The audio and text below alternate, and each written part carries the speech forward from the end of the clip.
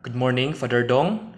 Today, I will discuss the 12 discourses of Filipino philosophy by Demeterio and the criticism of Mercado on the work of Demeterio.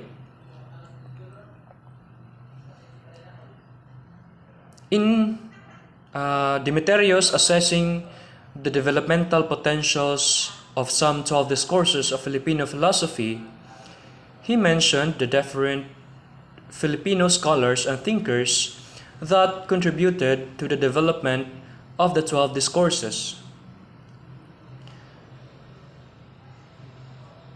Let me give the discussion about the 12 discourses.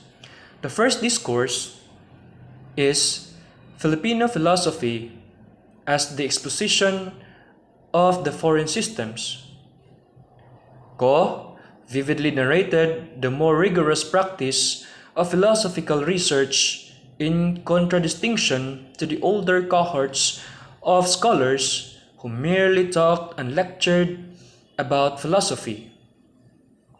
The second, philosophy as the application of logical analysis. This discourse came out in the studies of Quito and Abulad, but it was Ricardo Pascual, a student of Bertrand Russell in his doctoral studies, who started this manifestation of philosophy. The third is philosophy as the application of phenomenology and hermeneutics. It talks about Filipino philosophy as the application of phenomenology and hermeneutics as it was used in dominant continental European ways of doing philosophy that were initiated by Edmund Husserl and Martin Heidegger. The fourth is philosophy as the application of foreign theories. It was Gripaldo who made a clear explanation about its nature. This is one of the two most common discourses in as far as our delineated population is concerned. The fifth discourse is philosophy as revisionist writing. This discourse came out in the studies of Gripaldo, as he urged his readers to break away from the shadows of the foreign masters by becoming revisionist experts of foreign philosophies. The sixth is philosophy as academic critical analysis. It examines the political and economic structures of the Philippine society and culture. The seventh discourse is Filipino philosophy as the interpretation of the Filipino worldview. It addresses the questions, who is the Filipino and what is the Filipino worldview?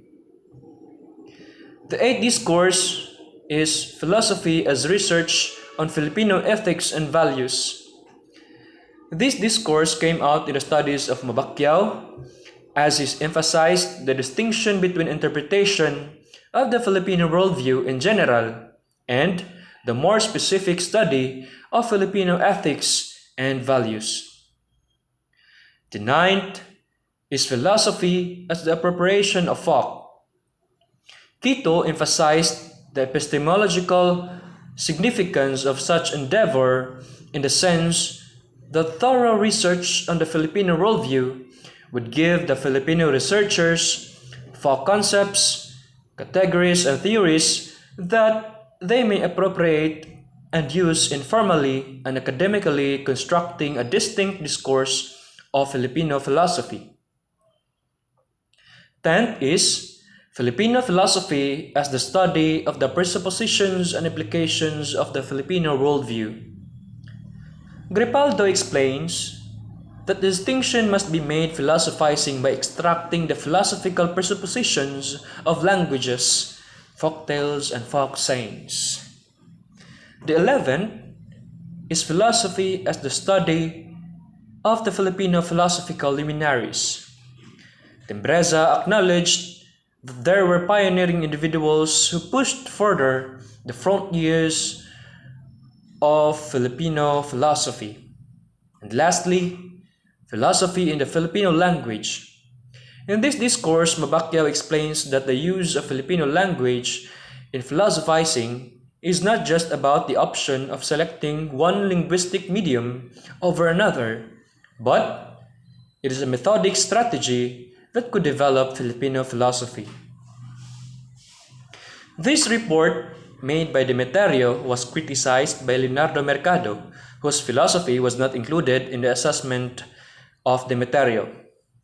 Mercado presented some of the discourses and he gave his reaction on the particular discourse. He explains his understanding of philosophy in some areas presented by Demeterio. These areas are interpretation of Filipino worldview, the interpretation of ethics and values, as well as Filipino philosophy as reflection of Filipino languages. According to Mercado, every people has a worldview.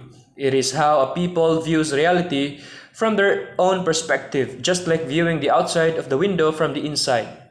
This is for him the philosophy of a people. People here represents a group of tribe or race. For him, Filipino identity is both dynamic and static. That is, the Filipino worldview changes and also remains in some period of time.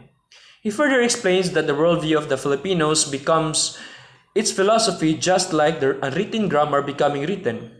Mercado also elaborates one of the areas of Demeterio's categories of Filipino philosophy, the study of Filipino philosophical luminaries. These luminaries are the Filipino who contributed to the ideas of Filipino thought, just like Dr. Jose Rizal. The works of Rizal could be a contribution to the development of the Filipino philosophy. Mercado states that there are three levels that embodies a person, as he cites one of the examples of the Filipino philosophical luminaries. These levels that embodies a person are universal, individual, and national. The Filipino luminaries like Dr. Jose Rizal has three levels. These levels were applied in describing Dr. Jose Rizal. Mercado also stated that Dr. Jose Rizal embodied the knowledge and philosophies of the Western thought because Rizal studies and travels to the Western world. Mercado concludes his reaction stating that there are different methodologies in achieving explicit Filipino worldview and philosophy as reflected to our culture. And that's all. Thank you for listening.